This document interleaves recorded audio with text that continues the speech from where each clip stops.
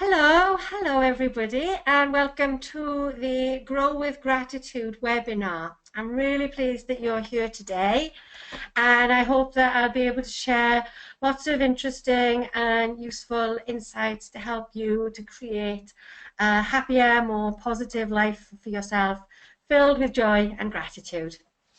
So I'd like to introduce myself. My name is Esther Nagel, and I run Balance and Breathe, as you might already know. And I have been a keen advocate of gratitude as a way of life for a couple of years now. And I'm going to share with you throughout this, through this webinar, some of the ways in which gratitude has helped me to change my life and how it can help you to change your life as well. So I'm just going to get up my slides, which I already have my slides up. So before and after. Now these are two photos that tell an awful lot about my life story, I think. You can piece together quite an accurate picture of the last few years of my life through these two pictures. The picture on the left, the red cardigan, is obviously the before picture. The picture on the right is a recent picture that was taken for some promotional work for a magazine article that I was in, that I wrote actually. And the person who took the photo on the left, when she saw me, probably around about the time the photo on the right was taken, she said to me, she was absolutely amazed, and she said that I am a really good advert for giving up drinking and smoking, and she's a big fan of both. So that I took as quite a compliment from her, that she could see the difference in me. So I love those two pictures. I think I just love the change, and gratitude has been a big part of that journey from the disaster zone on the left to the happier person on the right. So a little bit about me then. So for many years, I lived my life in a very half-empty kind of view on the world.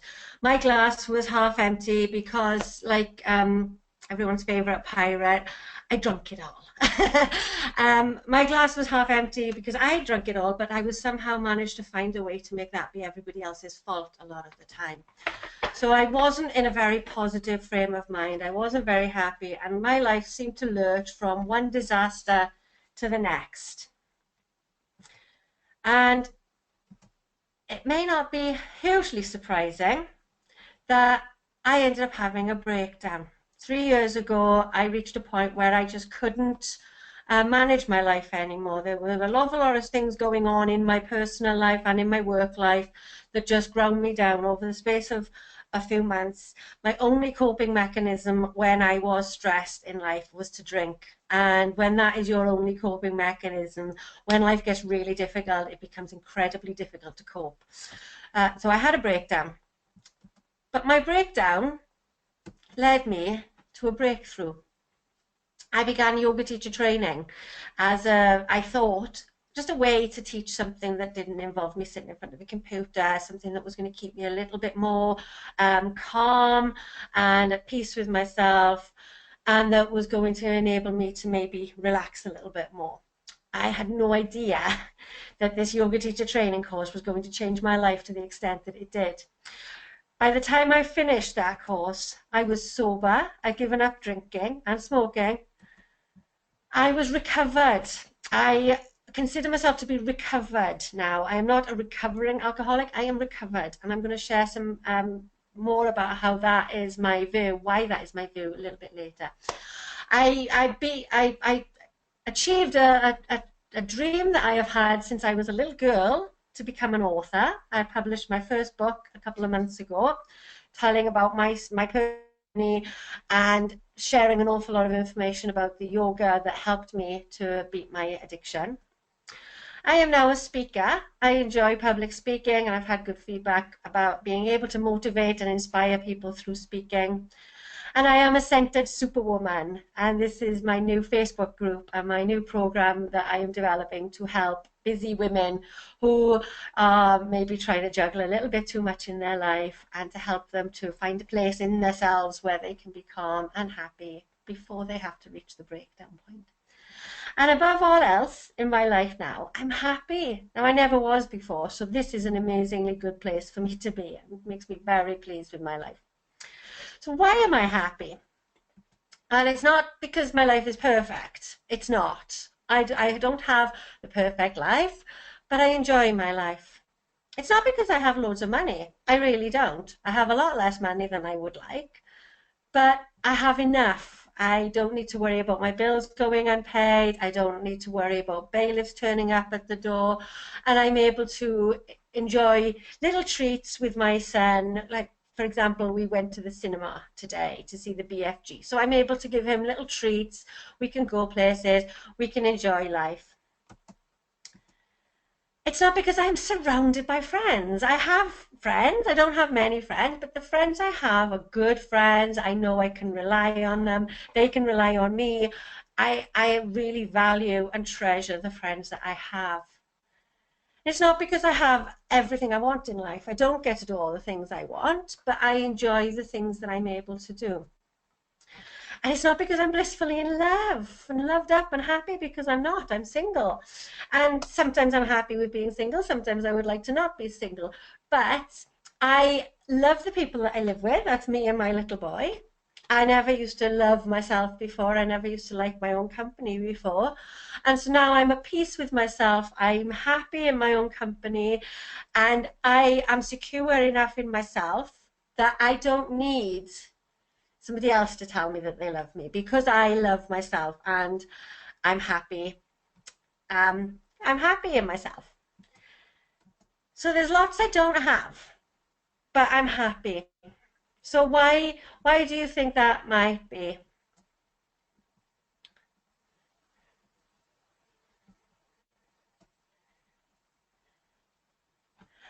And we have a little bit of feedback there. Because I appreciate the things that I have, I can see the good things that I have in my life, and because I'm grateful. And yes, that's it. It's appreciating what I have.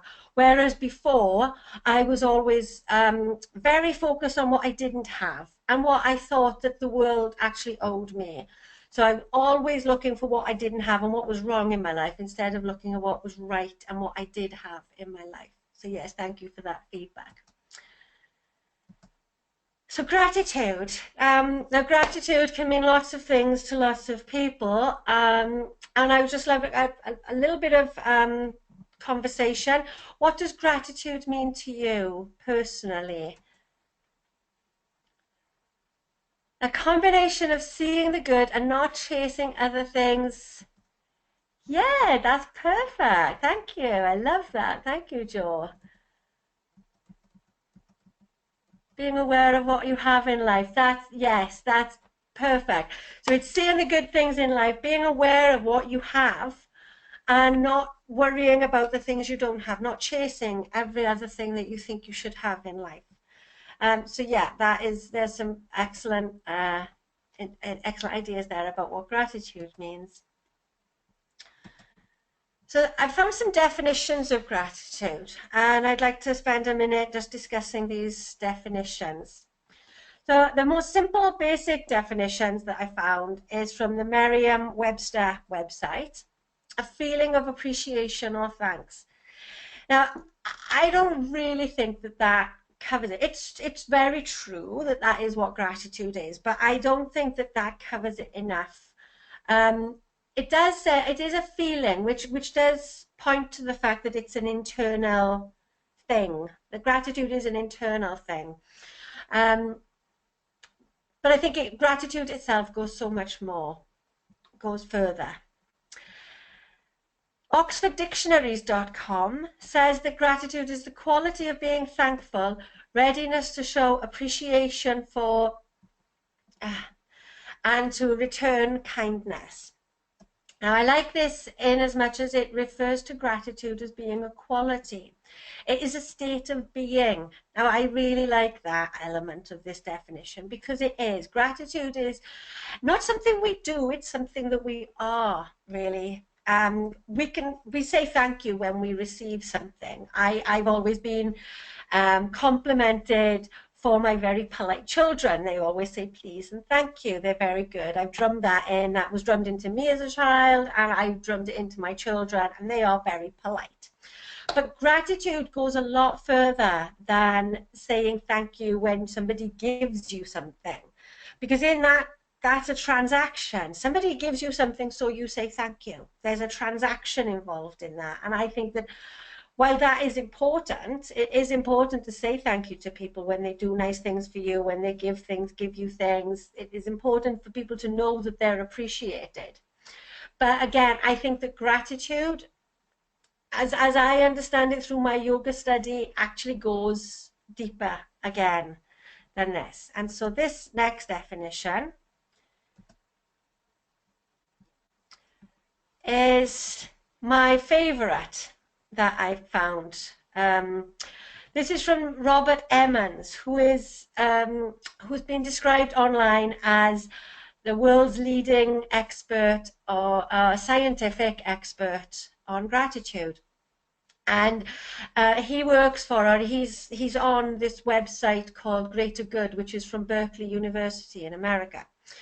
And this is a really fascinating website. There is an awful lot of information on there about research that has been done into the different ways that gratitude impacts us on an individual level, and looking at relationships, looking at how gratitude affects us as a society, how it affects us physically, mentally, etc. It's amazing. It's a resource I've only recently discovered, so I've got lots of reading to do in the near future around that. But I do plan to carve out some time in my life to make sure that I do get to read a lot of the information that's on this website. So Greater Good, I will make a note to put that into the email that I send you tomorrow with the recording of this webinar, so you can have that resource if you would like it. So Robert Emmons said that gratitude is an affirmation of goodness. We affirm that there are good things in the world, gifts and benefits that we receive. So here he is talking about that transaction between receiving and feeling grateful for it. But it's not that somebody gives us something or somebody does something. It's talking to me, this is talking in a wider sense, that it's benefits, we benefit. I am benefiting right now from oxygen in the air. I am benefiting from the fact that the sun is shining. I am benefiting from the fact that somebody, some point in history, invented electricity, so I'm able to have my computer on. These things that we're benefiting from, that we take for granted. So it's not this one-to-one transaction that I'm grateful for. I'm grateful for the gifts that I am receiving all the time. And so an affirmation of goodness is a wonderful way to spend your life. If you spend your life in this state of goodness, the state of gratitude, this affirmation of goodness, you're living your life in a mindset that says there is so much goodness out there in the world and you are receiving it. And I think that is a beautiful definition. I love that definition. Kind of wish I'd come up with it myself. But I didn't. Somebody far more academically minded than me did. So I'm very grateful to Robert Emmons for coming up with this definition. I think it's a wonderful definition. He also went on in this website to say, we recognize that the sources of this goodness are outside of ourselves. Now, as a yoga teacher, when I first read this paragraph, I actually had a little bit of an issue with that, because my understanding in terms of yoga says that all our resources, all our strength comes from inside. But then I thought about it a little bit more, and actually all our inner resources through yoga, but as far as yoga is concerned, comes from us strengthening ourselves and developing our connection with the divine, with the higher powers, with the universe, with nature, with God, however you personally choose to identify with the divine. So this sentence from Robert Emmons, actually, it sums it up perfectly, that we are acknowledging that there are so many gifts out there for us, And the acknowledging these gifts and being grateful for these gifts help us to achieve the goodness in our lives. And who doesn't want more goodness in life? I know I do. I'm not sure what's going on with my animation here. I do apologize. So, how does gratitude fit into yoga? Now, I first learned about gratitude as a practice rather than just as, teaching my children to say thank you through my yoga teacher training. So it's a big part. Now, when people in the West talk about yoga or think about yoga, what tends to happen is the pictures of an exercise class, of lean, toned bodies, of basically an exercise class. That is what the West, in general, there's a big sweeping generalization, I know, but in general, that is the image that we have of yoga, is of an exercise, a physical practice that helps us to make our bodies different. Now, there is that very strong exercise, physical element to yoga. But the point of yoga never was meant to be about the body only. Keeping the body healthy is, in the context of traditional yoga, keeping the body healthy is about making sure that the body can sit still for long enough for us to be able to spend time in a meditation practice, so that we can sit still comfortably, to keep the body healthy so that we can live as long as possible, so that we have more chance of achieving the connection with the divine. The body is a vehicle for the soul, and yoga is about the evolution of the soul. It's about progressing us from animal, which yoga comes from the Hindu tradition. So there's a strong belief in reincarnation, of this, that the soul carries on through body after body after body. And in each incarnation, we want to try and evolve the soul a little more so that we can eventually become at one with the divine. So yoga isn't just about keeping the body fit and healthy. It looks at the foundations of yoga, actually look at how we behave and how we live our lives, how we choose to live our lives, how we think, how we speak to others, how we are as people. And there are 8 limbs of yoga. And the first of these limbs is the yamas. They're the ethical guidance. And the moral guidance, actually. They are the elements that tell us, that help us to move away from our animal instincts. So they are things like non-harming. Ahimsa is non-harming. Satya is truthfulness, that we should tell the truth at all times. Asteya is non-stealing. Obviously, we shouldn't steal from others. They go a lot deeper than the most superficial level of these, but that is another webinar that I can run to explain more about these. They go way deeper than this. Brahmacharya is control of desires. That is sometimes interpreted as celibacy, but it goes a lot deeper than that as well. And aparigraha is non-covetousness. So that fits very much in with gratitude. That is not wanting what other people have, and not allowing that wanting to consume you. So that very much links with gratitude. The niyamas are the ethical guidance. I got those a bit muddled on the PowerPoint. But that is the sort of evolution of the human, taking us towards the divine, helping us to become better people, to elevate ourselves. So in that, there's cleanliness, saucha, santosha, which is contentment, tapas, which is self-control, swadhyaya is self-study, and ishwara pranidhana is surrender to the divine. So that is allowing, accepting that we actually don't control the outcomes of events, but we can do what we can. We do our best, and then events happen in the way they're going to happen. So although several of these connect with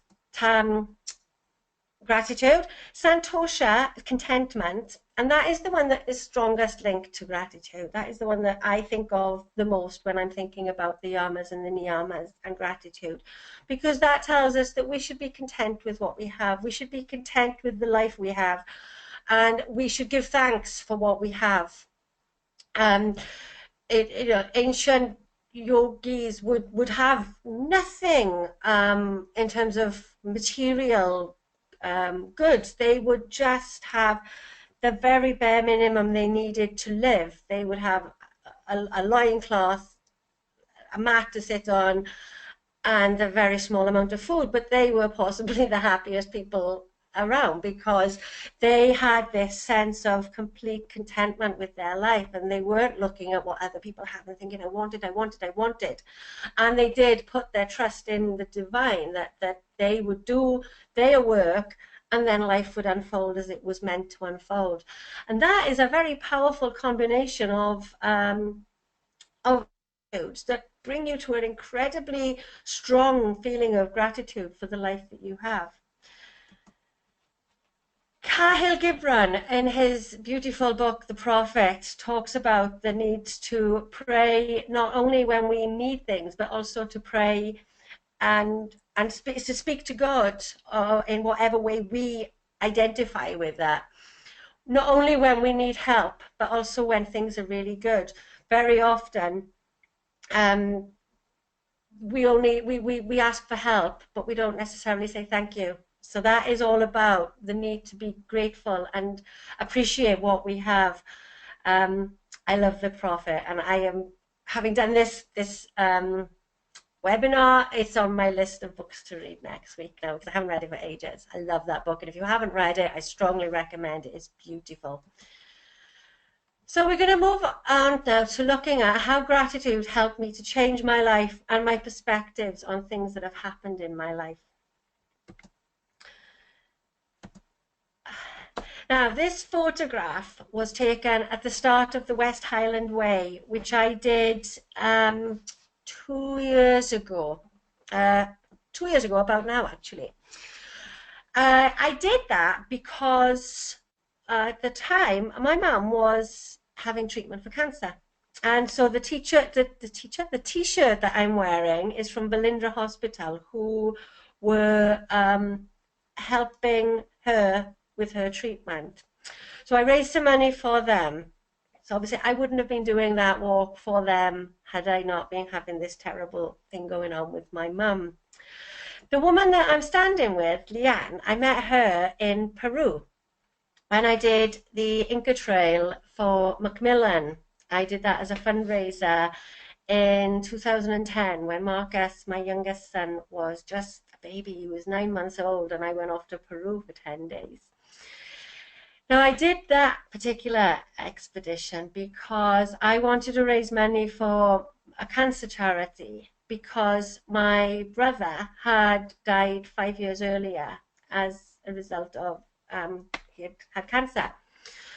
And it took me a very long time to recover from his death. I took it incredibly badly, and I really struggled for a very long time with that, and was very, very angry at the world that he died, and very angry at God that I didn't even believe it. Very, very angry about his death. Out of his death and my attempts to find some way to recover from that, I started walking. And it started out just as a way to do something with Mum that meant we didn't just sit around a table crying and talking about how sad we were. I wanted to do something with her. And it became an absolute passion of mine. It became the thing that I did at weekends. It even became something that would stop me drinking on a Friday night so I could go out on a Saturday for a long walk. So it became a huge part of my life and a very important part of my life. And it still is now, not as much. I don't get as much time to walk as I used to, but it is still a really important thing that is a part of my life. And it's a part of my toolbox that keeps me happy and well. And I wouldn't have started walking if my brother had died. I'm pretty sure of that. It might have happened, but there wasn't an awful lot of evidence to suggest that that was likely to happen. And I wouldn't have gone and done the West Highland Way had I not had this urge to do something for Valindra, because it was my suggestion. I asked Leanne if she would like to accompany me. So those two things, that would not have happened had these horrible things been happening in my life. And so while I am never grateful that my brother died, and I wish that cancer had never come into our family's life, but I have taken phenomenally beautiful, wonderful gifts out of those situations, and I have benefited in so many ways. Now, I've been to Peru, I've been to the Highlands in Scotland, I've had wonderful holidays with family when I've gone on beautiful walks. I've gone on so many amazing walks myself. I've met beautiful people as a result of it. I have had a huge amount of gifts from walking, and that came out of something terrible, the worst thing that ever happened to me. And I've had some of the best gifts that I have had in my life have come out of that tragedy that happened in our family. I had a breakdown. Now, at the time that I was having that breakdown, it was the worst thing in the world. I felt terrible. I felt like my life was completely out of control. I felt like I was losing the plot. I was losing my mind. Everything was falling apart. But out of that became a breakthrough, and I don't call it a breakdown. I still refer to it as a breakdown, but in my mind, it wasn't a breakdown. It was a breakthrough, because I realized that everything I was doing about my life wasn't working, and I needed to change.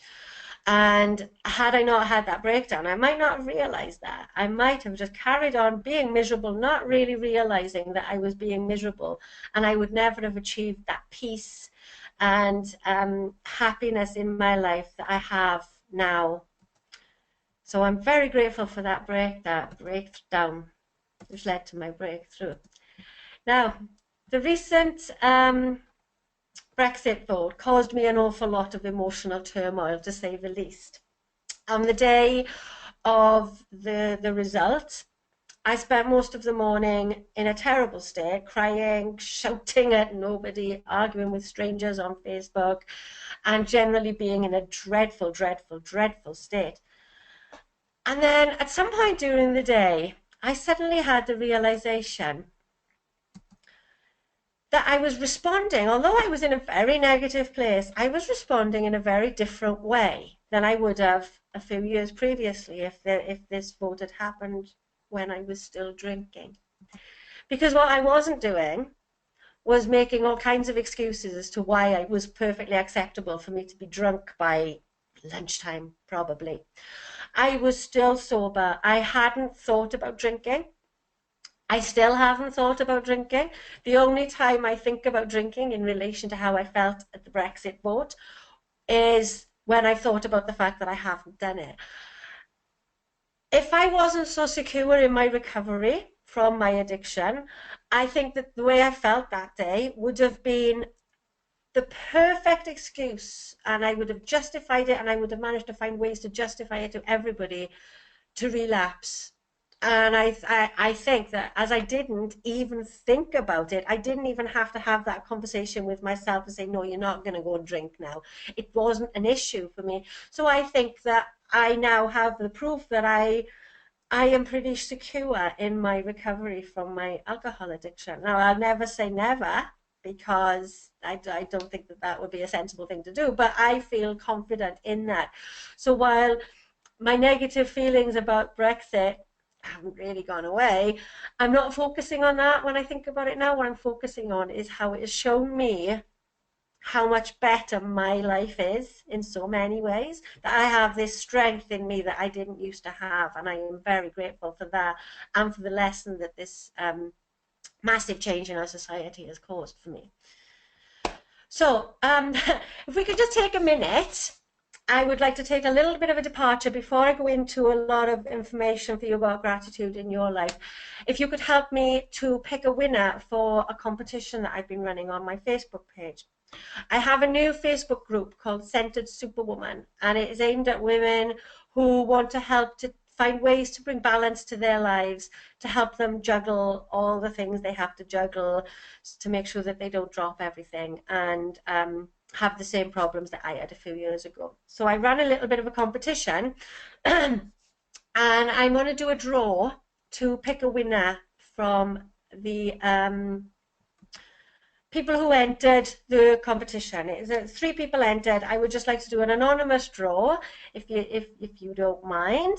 I would just like you to pick entrant 1, 2, or 3 out of what's going on? Out of the people who entered. I'm having a little bit of trouble with my poll. So what I'm offering as a prize is a free copy of Breathing a New You, which is an online breathing course that I've created. So the winner of this competition is going to get a copy of that for free. So if you could just choose entrant 1, entrant 2, or entrant 3, then that would be really helpful. Oh, great. We've got a unanimous vote that we have number 1. That is number 1.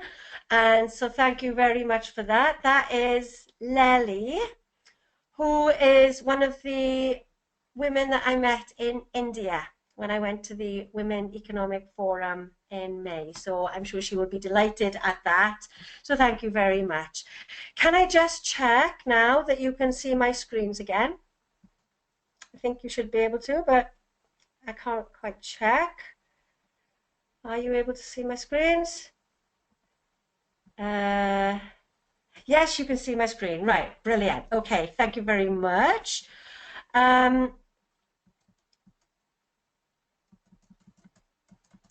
And I've just spotted a couple of questions. There's a question here from Joe that about my resilience around Brexit and not drinking. Was it primarily down to gratitude, or what other factors were there? Well, no, it's not. I mean, it's not it's a big factor. There is absolutely no doubt that I was able to, and I was in this place of fear initially, and then when I realized that I was different, I suddenly realized how strong I was, and that helped, because that helped me to move away from the fear that actually I'm strong, so I'm okay. But breathing as well, I'm a very strong advocate of the power of breathing. So I have been doing a lot of more focusing on my breath, I think, since Brexit. That keeping a focus on the breath helps to calm your nervous system, and it helps to just stave off that anxiety. And yeah, focusing on the breathing was a very big factor. That once I got to that point where I realized that I was in this place of more resilience, I think I consciously then started to focus more on my breathing as well. And I was probably, I breathe deeper than I usually used to. So I think in general, I am calmer than I used to be. But I think that a lot of my resilience actually comes from the fact that I don't drink anymore as well, because I don't rely on alcohol to help me through difficult situations. So there's that inner strength there that I know I don't need that crutch, because I know I have it. Yeah, there's a good question, and there's a lot to think about there. So thank you, Joe. There's an awful lot I could talk about there. I'd need a new webinar, another webinar. So that may be one for another time. It's a circle of benefit. Yes, it is. Because I'm calm, I can stay calm. Because I'm not drinking, I don't need to drink. Because I breathe, my breathing is improved. Yes. It's a circle. So and it's the same with stress. The more stressed we are, the more likely we are to get stressed. So the calmer we are, the easier it is to stay calm. And no, it's not essential to give up drinking. I mean, for me, drinking was my coping mechanism. It was how I got through life. It's for me to be healthy and well, I need to have stopped drinking. But no, I mean, I'm not saying that giving up drinking is essential for gratitude and focus. It's not at all. But for what is essential is finding your coping mechanisms.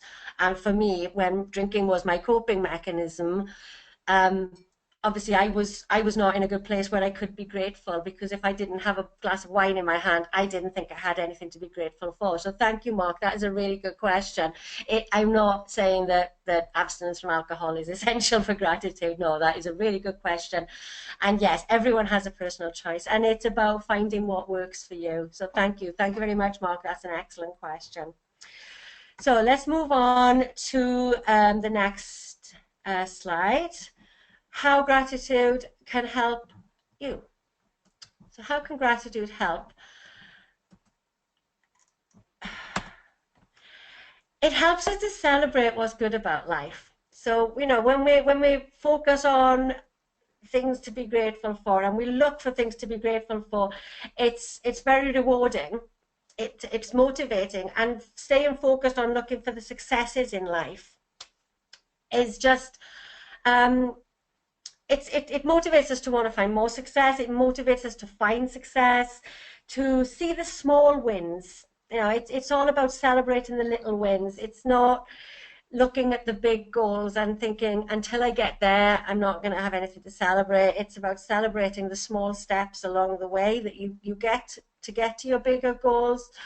It's about celebrating just even the tiniest of things. I mean, for me, when I was just sort of starting to put my life back together, little things like getting Marcus to school on time was a huge win for me, because when I was drinking, that wasn't always an option for me. So little things that, you know, that show you how far you're progressing, they can really be incredibly motivating.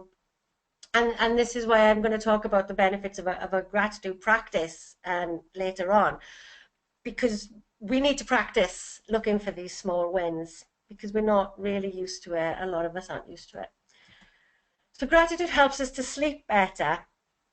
When I don't know about you, but I would often find myself getting into bed, and then I would start worrying about this and that, and things that happened 15 years ago, things that hadn't happened yet, things that I'd done wrong that day, things that I'd done wrong 2 years ago, things that I wished had happened that didn't, etc., etc. So I would go to bed worried. And gratitude, having a little bit, even if you spend like 5, 10, 15 minutes in the night before you go to bed, focusing on things that you're grateful for, things that have happened that day, things that you've seen, things that you've heard, things that you've felt, things that you've done, things that other people have done, whatever it is, spending a little bit of time focusing on your gratitude for the day helps you to sleep. It can put you out of that, you know, lying in bed and then your brain kicks in going, nah, remember this kind of thing that tends to happen. It also gives us more energy, not just because it helps to sleep, but because of the motivating element of it. It's a real strong motivator. If we're looking for gratitude, for things to be grateful for, if we're living in this place of gratitude, it's energizing. Gratitude is in the scale of emotions, it's high. It's a very high on the scale of emotions, and the emotions that we feel have an impact on our body. Yoga talks about the concept of adi vyadi, which is the mind-body connection. Now, we know that if you're feeling good about things, you walk taller, you stand with a better posture, you hold yourself differently than if you're feeling really negative. And that has an impact on your energy levels, that when you're feeling good, you tend to be more energetic than when you're not feeling good. Obvious exceptions to this would be like a kind of a mania, but that's a different thing that's going on in the mind completely. So gratitude is very energizing, and it helps us to rest and relax easier. So there are two things going on there that help to impact on our energy. And of course, better sleep helps our brains and bodies to function better as well. Gratitude can increase strength and strengthen our social bonds. So, you know, it makes us more trustworthy. It makes people think that we're more trustworthy. It makes us happier people to be around. It makes us more pleasant people to be around. It makes it it makes us less likely to gossip, which is something that, you know, people think, oh yeah, having a good gossip, but actually, how much do you trust the person who gossips? How comfortable do you feel with the person who's gossiping, knowing that they're probably going to gossip about you? Because that's the kind of thing that gossip does. It feeds itself. It's constantly feeding itself. So living in a more grateful state of mind just helps you to get on better with people, and it makes you more attractive to people, I think.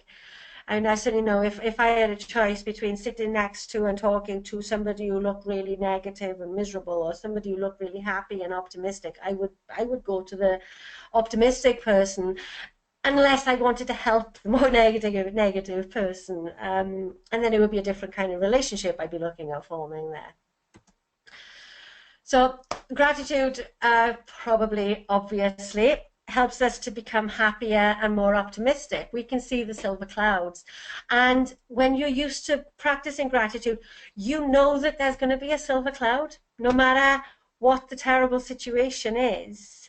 If you're used to thinking about gratitude, if you're used to practicing gratitude, you can be in the midst of a really horrible situation, and you can remind yourself, once this is past, which it will, I'm going to be able to look back and see something good that's come out of this. And that is a really, that can be your rock that you can hold on to. That can be your coping mechanism. That is certainly my coping mechanism, to a very large extent now. And I think that is, to go back to your question, Joe, about Brexit, that again, that is one of the things that helped me, is knowing that, okay, everything is going to change, but I'm still here and I'm going to get through it. So things will work out somehow. Gratitude has been proven to improve physical and mental health. It's a great deterrent against against depression and anxiety and lots of other mental health issues. And there has been some research that has shown that people who practice gratitude present less physical conditions to doctors as well. Now, whether that is, there's probably something when I mentioned about better sleep and more energy. You know, sleep is a very important therapeutic function that our body fulfills for us. So when we sleep well, it's a time of healing for our bodies. It's a time when our cells regenerate and restore, and that may be less Doctor Who-ish than regenerate. But it's a vital restorative function. So if we're sleeping better, then our health is generally going to be better. And so gratitude improves our health. That is incredible. That, you know, if we all practiced gratitude, how much less would we need to worry about how long it takes to get a doctor's appointment? And if we do need to get a doctor's appointment, we'll know that it's okay that we have to wait a fortnight, because that's okay. We'll feel a lot happier about it and we won't feel the need to complain.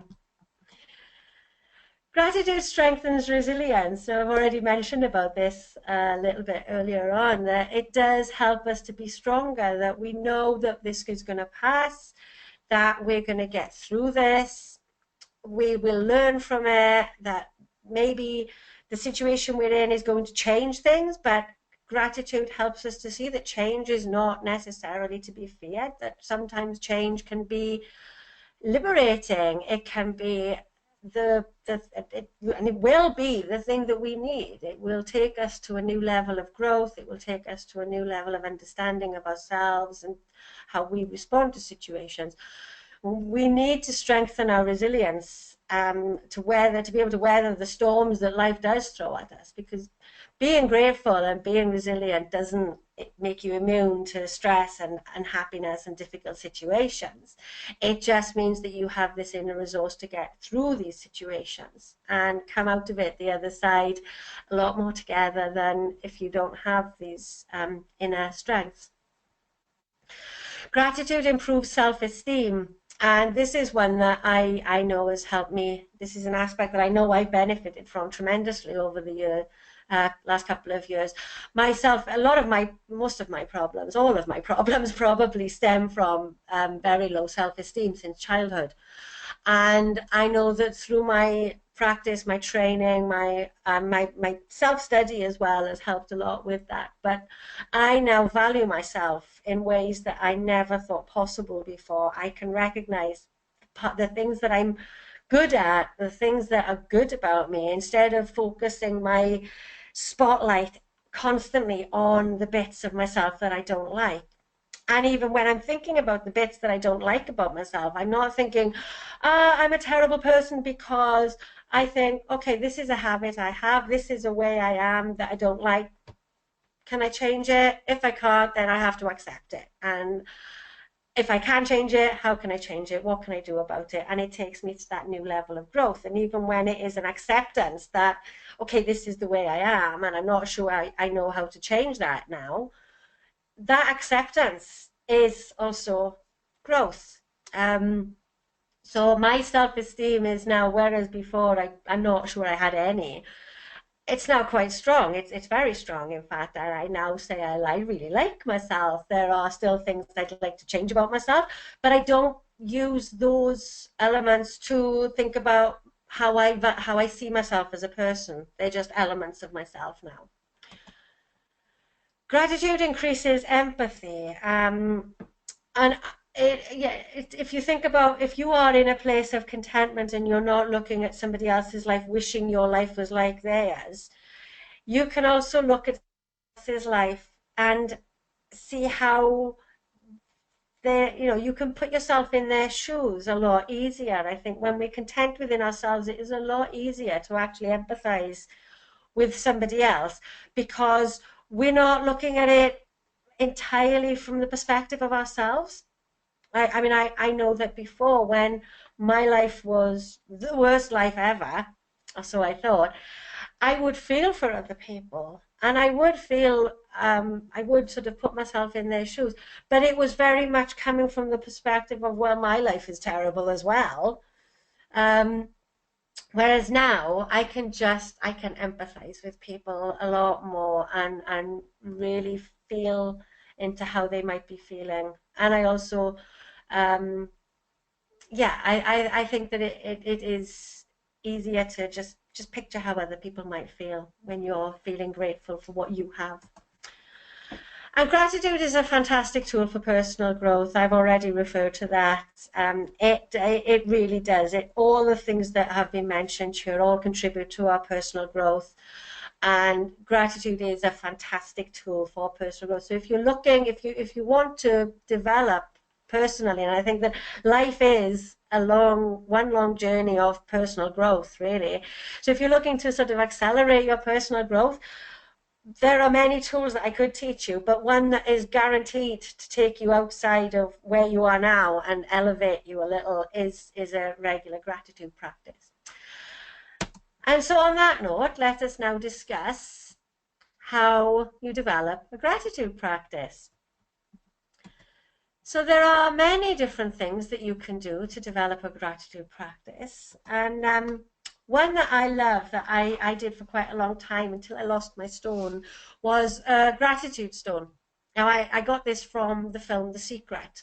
And it's a beautiful, simple suggestion that talks about, you find a nice stone, pick one that feels nice. If you go somewhere that you really like, go to a beach that you really love, or in a forest that you really love, or from your garden or something, so that I think it helps. It's really nice if it has some sort of emotional connection for you, rather than just being a stone you find on the road. Mine was one that my friend's daughter gave me. When we went to the beach, she gave me this beautiful little stone, and so I kept it. So you have this stone in your pocket, and you make sure that you put it in your pocket wherever you go. Have it in your coat pocket, your trousers pocket, but whatever pocket you tend to put your hands in when you're out and about. And whenever your hand touches that stone, hold it and find something to be grateful for. You've got to find something. You can't let go of that stone until you found something to be grateful for. And it is wonderful. I loved it. I want to get another stone now. Because when I was doing it, it got to the point where I would be walking along and I would just put my hand in my pocket so I could grab the stone, because I loved that connection between the stone in my hand feeling is so lovely and that positive feeling of looking for something to be grateful for. And I remember one day just walking up the road being grateful for, I saw a flower, and then I saw a bird, and just tiny things, that anything to be grateful for. And it would, by the time I go home, I was grinning from ear to ear. I was just so happy, and nothing had happened to make me happy other than I had spent 10 minutes walking up the road with my stone in my hand, looking for as many things as I could possibly find to be grateful for. It was wonderful. So another technique you can use, and this is one that you'll have probably heard of, it's widely talked about, is keeping a gratitude diary, or some sort of journal. So the idea being that every day you spend a little bit of time writing down things that you're grateful for.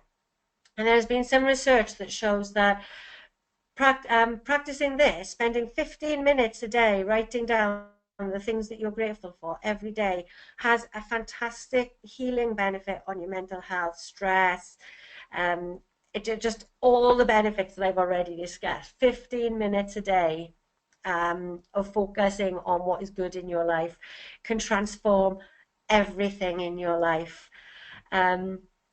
Hugely powerful practice. So just 15 minutes a day is great. Another one is a happiness jar, and this is one that Marcus and I have started doing. But one of my learnings from this is make sure you put the jar somewhere where you can see it, because we've forgotten about it quite a lot.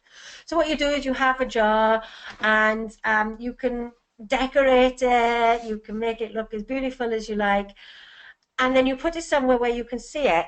And whenever something good happens, get a piece of paper and write it down and put the date on it, and you can write as much or as little about that event as you like, and then put it in the jar. And then whenever you feel that you need a bit of a boost, or at a certain date, you might want to do it from birthday to birthday, or Christmas, New Year, whatever marker you give it, you open up the happiness jar and read all the notes. And then you've got a jar full of things that are wonderful things that have happened to you over the last year, 6 months, whatever. It is one that I am going to resurrect with Marcus, and we're going to have it by his bedside from now on, so that every night when we go to bed, we're going to read, and I'm going to make sure that there's paper and a pen so that we can write a few things down every day that we're grateful for, because I think this is a really important practice for children to develop, to learn gratitude and to learn that contentment with their life. Write a letter of thanks and then send it. This is something that I have yet to be brave enough to do, but it's something that I've thought about doing every time I listen to Neil Young's song that One of These Days, I think it's called. He talks about that he's going to sit down and write a letter to all his friends, telling them how much he's appreciated them, whether they're still in his life or they've gone out of his life. Because we have people in our lives who come into our lives, and they might stay, they might not stay in our lives. They might come into our lives and fill our lives with joy and wonder, or they might come into our lives and fill our lives with hell on earth. But we learn something from every single one of those relationships. Every single one of those relationships that went well, or that went wrong, or that lasted forever, or that lasted for a few months and then faded away. We've learned and we've gained something from every single one of those relationships. And I have recently been thinking about certain relationships that I've had that seem to not be that great, but actually I've taken huge gifts from them, whether it's to do with my personal understanding of myself, or things that have come into my life, or people that have come into my life. So these people, even people that hurt me in the past, I owe them some form of thanks, because they helped me to become the person I am today, and I am incredibly grateful for that. Another practice, another gratitude practice, is as if. So think about how your life would be if something like this hadn't happened. This is kind of like the It's a Wonderful Life gratitude practice. if you haven't seen that film, it's all about a man being shown what the world around him would have been like if he hadn't ever been born. And he ends that film incredibly grateful for everything he has in his life when he hadn't been feeling so grateful. It's a beautiful film. I might watch that this evening, actually. Um, so yeah, so if something happened that you maybe don't feel that was particularly helpful to you in your life, think about what would have happened if that had never happened. You could also call this the Back to the Future practice. You go back in time and then play that through. If that hadn't happened, what else wouldn't have happened in your life, or what would have happened in your life that maybe you would have missed out on? Because everything that happens in our life has its consequence, and the things that happen and the things that don't happen each have consequences. They talk about every single decision we make creates a different reality, and there's the reality that does happen, and there's also the reality that happened. And so maybe when you think that something you wish hadn't happened, but maybe when you draw it out, you might find that actually it was the only thing that you really needed to have happen in your life.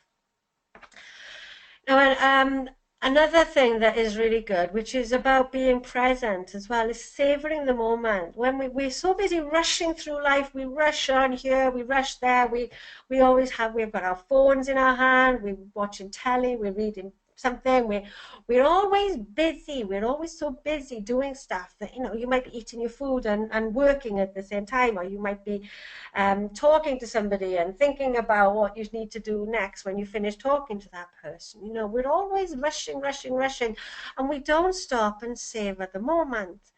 And if we do that, if we stop and savor the moment, we have so much more to be grateful for. When you're eating, stop and don't do anything else. Just eat your food and just really enjoy every mouthful. Savor that food. Be grateful for your food. That we have food. That is something to be grateful for. So stop and enjoy it. Take your time and enjoy your food.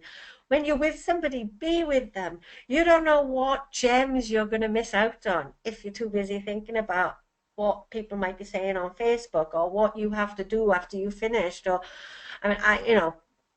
it's very easy. I'm a mother of a 6-year-old. It's very easy not to be completely present with my son, because I don't always understand what he's talking about when he's talking about Minecraft and Pokemon and Skylanders.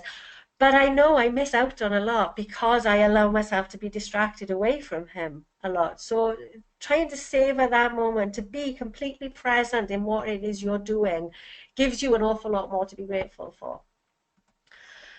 Reducing your exposure to negative news. I think this is something that we really all should be doing a lot more, because I think that the news is, if you look at the news, you'll think the world is such a terrible place. You'd think that the world is full of awful people who want to do awful things, and that there's nothing but violence and greed and all kinds of terrible things going on in the world. But we forget that there are actually amazing things happening in the world. There are beautiful people. There are more good people out there than bad. There are more good things happening than bad. There's more positivity out there than negativity. It's just we're not shown that. So, because that doesn't sell papers, because apparently we don't want to read good stories. We want to read the stories of murder and theft and cruelty and all the other negative stuff. Apparently we don't want the good stuff.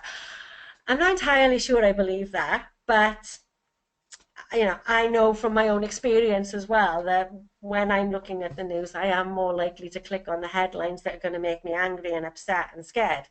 So I try and reduce my personal exposure to negative news, and I've started looking on positive news, because that is a website that is only reporting the good stuff. So, if you want to break from the negativity of the mainstream newspapers and the 24/7 news outlets, read positive news, because they've got nothing but good stories, and it will lift your heart. It really will. Yeah. And reduce gossip. Now, that's another way to live more gratefully, is to reduce gossip. And reduce your exposure to gossiping people. I've already talked about gossip a little bit, that it is not a positive conversation habit to be in. That gossip doesn't happen about good things. We don't gossip about people's positivity. We don't gossip about people's good things. We don't gossip about the good things that happen in our lives or others. We gossip about the bad things. And so if you reduce gossip, if you try and reduce how much you gossip and how much you expose yourself to gossip, you will be a lot happier, because it's a very negative energy around gossip, and you want to try and keep that positivity as much as possible. Now, this was a really interesting thing that I did last week after reading a book in which, well, it was an audio book, and one of the things that was said was try not to complain for a week. I thought, I can do that. And I did. And for a week, pretty much, I think I managed to not complain. I certainly wasn't looking for complaints, and I did catch myself when I found myself complaining, despite the fact that the news was really trying hard to make me complain. There was a lot going on last week that I wanted to complain about, but I made a point of not doing it. I have stopped myself from complaining on my Facebook feed, for example, and ranting on social media. I'm not doing that anymore. I don't want to be that person anymore. I want my sort of digital impact to be positive. And so, you know, if I want to complain, I will complain in a conversation to a friend. I'm not going to do it on social media. But that week that I was really focused on not complaining, I managed to extend it. And I'm not actually sure that I'm complaining an awful lot anyway about things now. I think it has switched something off in my brain that I'm feeling a lot more positive about life in general. So I would like to share with you now about a short program that I've created about helping you to start the new month of August with gratitude. So it's a 10-day supported gratitude program where I will be sending you daily emails with inspiration and guidance and prompts that can help you develop your own personal gratitude practice. To put these theories that I've just been telling you about into practice. There'll be a workbook as well, which will help you. It will be obviously a space for you to write your gratitude of the day, space for you to do a little bit of journaling and reflecting on how you feel, and space for you to save any kind of souvenirs that you may have gathered, you know, like things that you might have seen. You know, if you see a beautiful flower, you might want to take a photo of that and save it in there. So there's going to be some space for you to reflect and be grateful. And there's also going to be a relaxation, because I am a big advocate of the power of relaxation. So that is just a bit of an added bonus, really. It's not actually anything to do with gratitude, but it will just to help you release any tension in your body. Because if we're feeling tense in our body, we tend to be tense in our mind. So it's to help you be in that state of mind of gratitude and well-being. And there will also be a private Facebook group to help you, to support you, and that we'll be able to interact in there. There will be obviously other people doing the course with you, so you'll be able to get support from me and from your peers. And the different ways in which you will benefit from this course. So it's going to be a new social circle that is going to be based around positivity. So there's going to be no negativity in the group, unless it turns out, and I am open to the idea that it might turn out that we'll need one thread where people can have a bit of a moan. Because I know that if you're feeling negativity and somebody says, no, positive only, that can be frustrating. If you need to get support for something, then it might be that there will be a thread where you can sort of put your worries here, and then we'll deal with them and move on. But it won't be the kind of group where people are just going to come in and complain for the sake of complaining. There's going to be so having a daily focus on gratitude will help you to embed it into your life and help it to become a daily habit, which is easier to form new habits when you've got support and encouragement of people around you,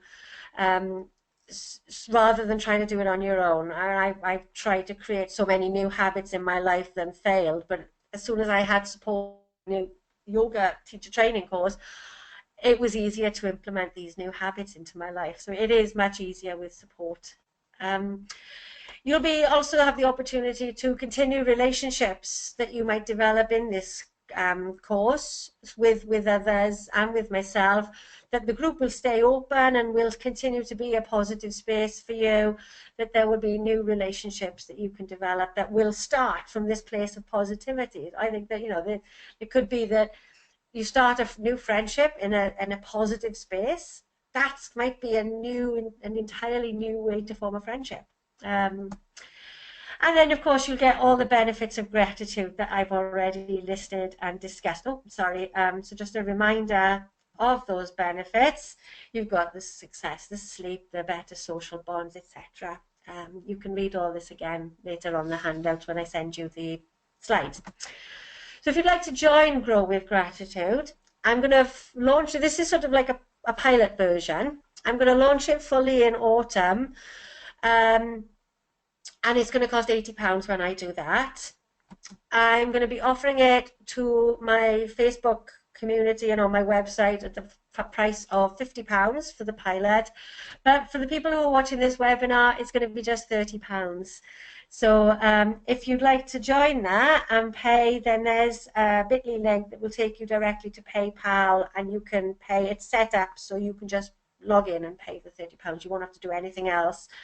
But if you'd like to speak to me to talk about this anymore, then there's my email address. Drop me an email and we can arrange a time to have a Skype conversation or a telephone call, or just chat through email, whatever's easiest for you, and see if it's going to be a good fit for you. So that's the end of my presentation. Thank you so much for being here today. And these are all the different ways you can reach me. I'm sure that there are probably more, but I don't think that you need to know more. The Centered Superwoman group, as I've already mentioned, is a group that I've set up for women who are basically, because I realized that one of my big things is I would like to help women who are in a similar situation than I was a few years ago. So to help women to balance their and get to that point where they're calmer and find life easier to cope with before they have to hit that wall. So I'm just looking to see if we have any questions. And oh, thank you, Mark. Thank you very, very much. It's been lovely to be chatting with you today. And what am I most grateful for in life? Oh, wow, where do I start? I have, God, I've got so much to be grateful. I think what I am most grateful for is becoming comfortable in myself, learning to like myself, learning to value myself. Because from that place of being comfortable in myself, I think I am now a much nicer person to be around. I've been told I'm a much nicer person to be around than I used to. So I'm grateful for yoga. That yoga teacher training course that I did saved my life.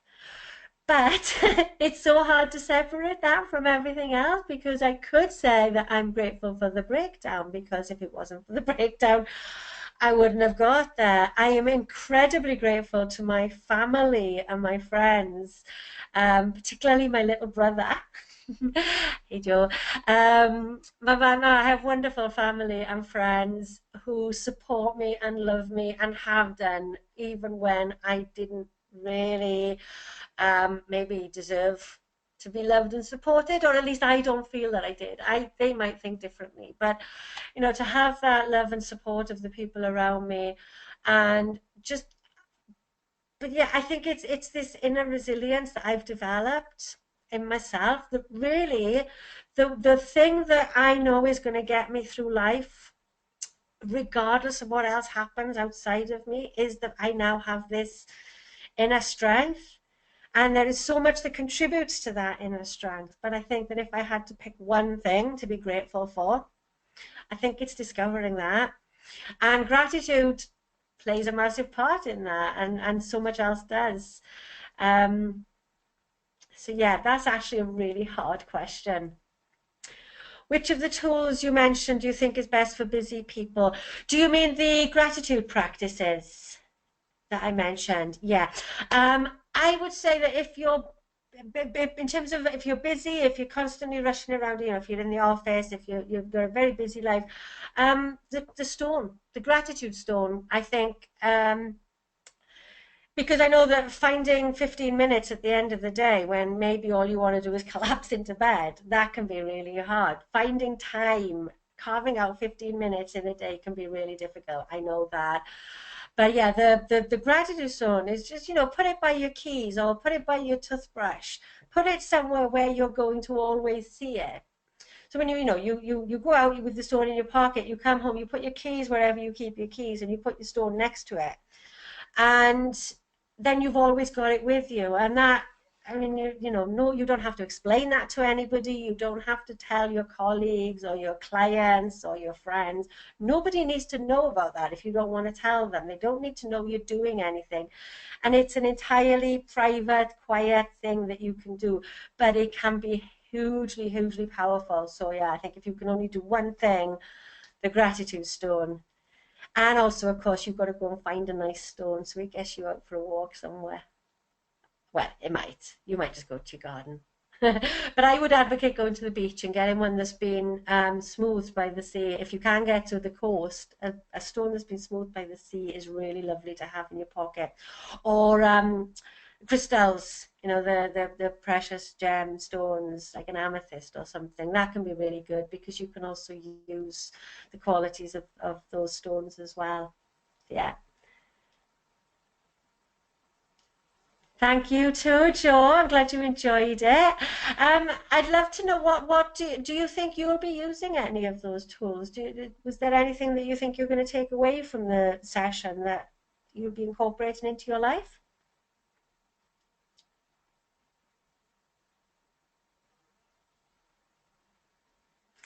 You like the stone, and so you're going to walk the dog and find a stone. Brilliant!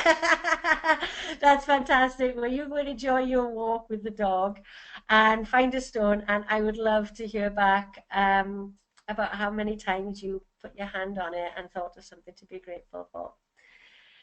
But I think that's everything now. Are we done? I think so.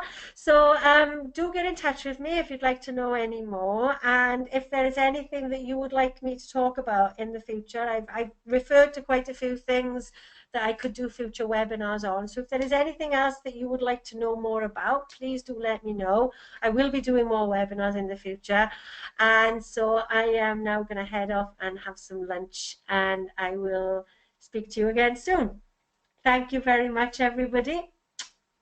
Bye.